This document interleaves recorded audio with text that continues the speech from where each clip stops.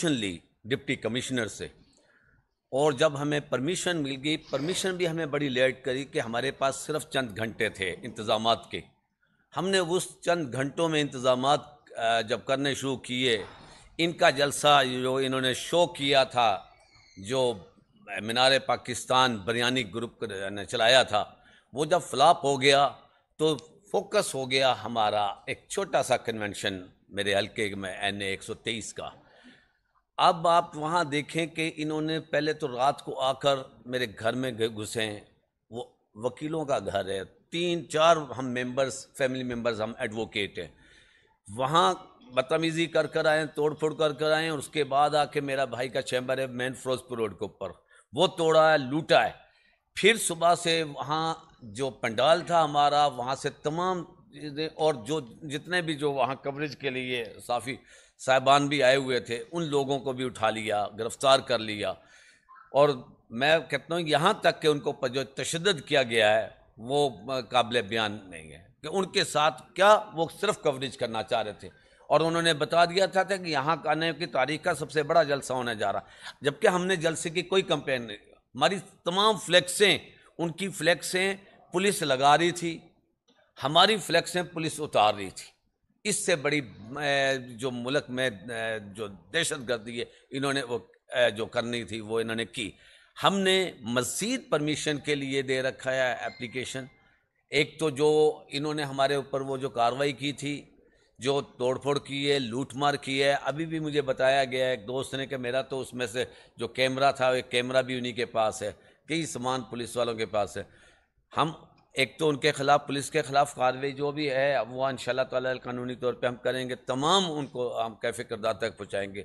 दूसरा ये कि हमने शुरू किया हुआ है, हमारा राइट है, एक पार्टी को आप जलसा करवाते हो, पूरी मशीनरी, IG शाबाश देता है कि जी आपने बड़ा अच्छा काम सर अंजाम दिया, CCPO को, SSPs के नाम लेके, और दूसरी साइड पर हमारे ऊपर ये चढ़ाई कर देते हैं।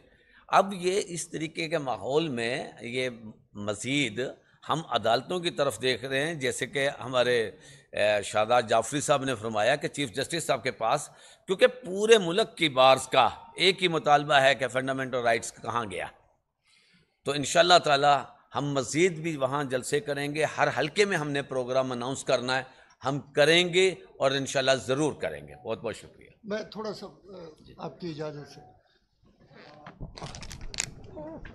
ये मैं साइफर केस के हवाले से मैं थोड़ा सा शेयर करना चाहूँगा कि अगर आप पैरेलल ड्रॉ करें, आपको याद होगा कि जब 1998 में पाकिस्तान ने एटमी धमाके किए थे तो नवाज़ शरीफ उस वक़्त वज़ीर आज़म था। इसने बारहा इसकी ये जो पब्लिक स्टेटमेंट है ये ऑन रिकॉर्ड है, इलेक्ट्रॉनिक मीडिया में भी, प्रिंट मीडिया में भी, कि मुझे बिल क्लिंटन का टेलीफोन आया था और उसने मुझे ये धमकी दी थी कि अगर पाकिस्तान ने एटमी धमाके किए तो पाकिस्तान को स्टोन एज में वापस भेज दिया जाएगा।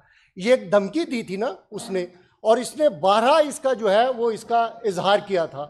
तो क्या नवाज शरीफ पे इस हवाले से कि उसको एक फॉरेन प्रेसिडेंट ने उसको टेलीफोन करके धमकी दी और उसने इसको इलेक्ट्रॉनिक मीडिया में और प्रिंट मीडिया में भी ये चीज़ें रिपोर्ट हुई, तो क्या नवाज शरीफ पे को केस जो है वो किया गया था?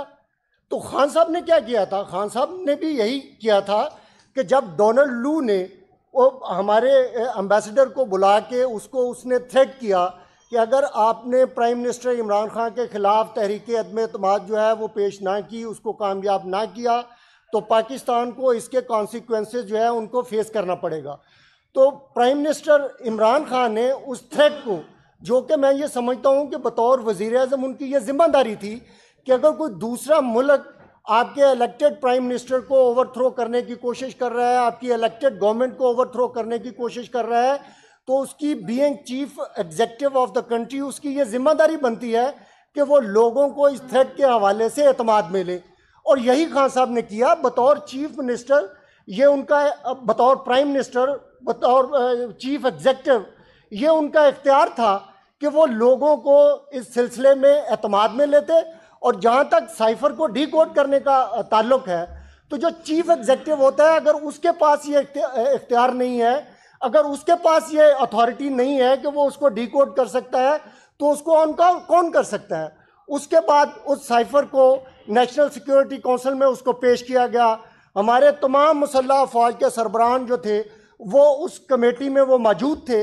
उन्होंने कहा कि हाँ, ये उन्होंने गलत किया है, उन्होंने हमारे अंदरूनी मामलात में उन्होंने मुदाखलत की है और हमें उनको डिमाश करना चाहिए। और बाद में जब ये नो कॉन्फिडेंस मोशन पास हो गई और नई गवर्नमेंट आई ये पीडीएम की, तो दोबारा से ये मामला जो है ये नेशनल सिक्योरिटी काउंसिल में लेके जाया गया और दोबारा से वहाँ ये इत्तफाक़े राय से उन्होंने ये फैसला किया कि ये वाकई ये जो डोनाल्ड लू ने जो थ्रेट किया है ये पाकिस्तान के अंदरूनी मामलात में मुदाखलत है और हमें इस हवाले से उनको डिमाश करना चाहिए।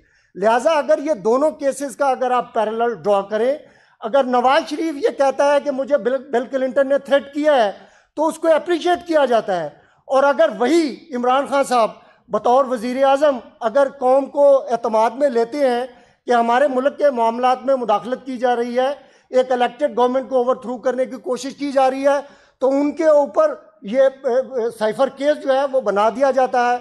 और दूसरा, आप तोशाखाना केस के हवाले से देखें, खान साहब का ट्रायल जो जो जो लॉ था कि आप 25% जमा करवा के आप ले सकते हैं, खान साहब ने उसको 50% किया और फिर वो चीज़ें ली। और ये आसिफ जरदारी पे, नवाज शरीफ पे इसने मर्सिडीज ली थी और सिर्फ 6 लाख रुपया जो है वो इसने जमा करवाया था, लेकिन आप जानते हैं कि वो उनको फ़ौरन ही उनको जो है वो बेल दे दी जाती है। तो ये जो चीज़ें हैं ये आपको पैरेलल इनमें ड्रॉ करना चाहिए कि वो पार्टी जो इस मुल्क की सबसे मकबूल तरीन पार्टी है उसको साइड लाइन किया जा रहा है। लेवल प्लेइंग फील्ड तो बहुत दूर की बात है, उनको प्लेइंग फील्ड जो है वो भी नहीं दिया जा रहा। तो ये जो ज्यादती हो रही है ये चीफ जस्टिस ऑफ पाकिस्तान को इसका नोटिस लेना चाहिए। और हम वकला ने ये फैसला किया है कि हम इंशाल्लाह इन चीज़ों को लेके हमें मार्च करना पड़ा, हमें कॉन्स्टिट्यूशनल एवेन्यू पे जाके एहतजाज करना पड़ा, हम इस मुल्क में कॉन्स्टिट्यूशनलिज्म के लिए, रूल ऑफ लॉ के लिए हमें जो भी करना पड़ा हम किसी भी हद तक जाएंगे। थैंक यू जी। अच्छा सर, मेरा ये क्वेश्चन है, आपको इजाजत दी जाएगी, लेकिन उसके बाद हमने देखा कि वो दरखास्त अगर गई तो दोबारा मामला हाईकोर्ट में नहीं आया। दूसरा, बाहर साहब वाला जो मामला है, क्या उसमें कंटेम्प्ट ऑफ कोर्ट करेंगे? और एक क्वेश्चन और है कि जिस तरह सुप्रीम कोर्ट में 3 सीनियर जजेस जो हैं वो बेंचेस की तश्कील दे रही हैं, तो क्या इसका अमल दरामद जो है वो हाई कोर्ट पर होना चाहिए या नहीं होना चाहिए?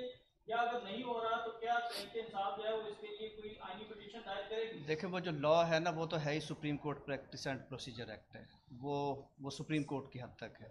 इस हवाले से तो वो सुप्रीम कोर्ट तक ही चलेगा। दूसरा, पहाड़ साहब ने तो अदालत में नहीं दी थी दरख्वास्त, पहाड़ साहब ने डिप्टी कमिश्नर को दी थी और वहाँ से स्टेट वे इनको परमिशन मिल गई थी। मेरी जो दरख्वास्त है उसमें पहले कहा गया कि आप ये 2 बजे तक जुमे को आप जाएं और इनको कुछ वेन्यू जमा करवा दें। मैंने 3 वेन्यूज़ जमा करवाई। अगले दिन उन्होंने कहा गया कि ये तो आपको नहीं दे सकते, आप 2 वेन्यूज़ और दे दें। मैंने फिर और 2 वेन्यूज़ उनको जमा करवा दी। उसके बाद फिर हुआ ये कि वहाँ से वो डिसीजन नहीं हुआ कोई भी हाँ या ना का, लेकिन आमिर मीर साहब ने एक प्रेस कॉन्फ्रेंस की। उसके बाद फिर केयर टेकर जो चीफ मिनिस्टर हैं इन्होंने प्रेस कॉन्फ्रेंस की और उन्होंने इल्ज़ाम ये लगाया कि किसी भी ऐसे आदमी को जिसके ख़िलाफ़ क्रिमिनल केस रजिस्टर्ड होगा उसको हम इजाज़त जलसे की नहीं दे सकते। ये एक लेटेस्ट उनका व्यू था और इसमें हमने अपना मौक़िफ़ वाज़े कर दिया था कि चीफ मिनिस्टर साहब खुद एक कन्विक्ट आदमी हैं, प्ली बार्गेन करके नैब केस में ये पैसे जमा करवा के, और ये सुप्रीम कोर्ट की इस बात को तय कर चुकी कि जो आदमी प्ली बार्गेन करके बाहर आएगा वो कन्विक्ट तस्वूर किया जाएगा। बाकी पहाड़ साहब के मेरे ख़िलाफ़ कोई केसेस नहीं है, एक ड्रामा रचाया गया था और मैंने पहले भी ये बात प्रेस में कही थी और हम दोबारा ये कह रहे हैं कि हम अब इस प्लानिंग में हैं। जैसे पहाड़ साहब कह रहे हैं कि हम पूरे लाहौर में एक जलसे, पूरी सीरीज़ एक जलसों की स्टार्ट कर रहे हैं और उसके बाद उसका क्लाइमेक्स पॉइंट इंशाअल्लाह मीनार पाकिस्तान या मोची दरवाज़ा हो। इंशाअल्लाह। Thank you.